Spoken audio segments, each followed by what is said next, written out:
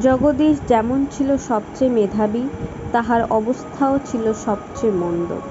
পিতা একজন ব্রাহ্মণ পণ্ডিত, যজমানি করিয়া বিয়া পৈতা দিয়াই সংসার চালাইতেন। বনমালীরা সঙ্গতি সম্পন্ন জমিদার।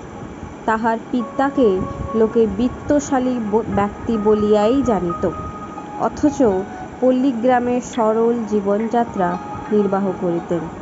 রাসবিহারীদের অবস্থাও বেশ সচল। জমি জমা, চাষবাস, পুকুর বাগান, পাড়াগাঁয়ে যাহা থাকিলে সংসার চলিয়া যায়, সবই ছিল। এ সকল থাকা সত্ত্বেও যে ছেলেরা কোন শহরে বাসা ভাড়া না করিয়া, ঝড় নাই জল নাই শীত গ্রীষ্ম মাথায় পাতিয়া এতটা পথ হাঁটিয়া প্রত্যহ বাটি হইতে বিদ্যালয়ে যাতায়াত করিত, তাহার কারণ তখনকার দিনে কোনো পিতামাতাই ছেলেদের এই ক্লেশ স্বীকার করাটাকে ক্লেশ বলিয়াই ভাবিতে পারিতেন না, বরঞ্চ মনে করিতেন এটুকু দুঃখ না করিলে সরস্বতী ধরা দিবে না।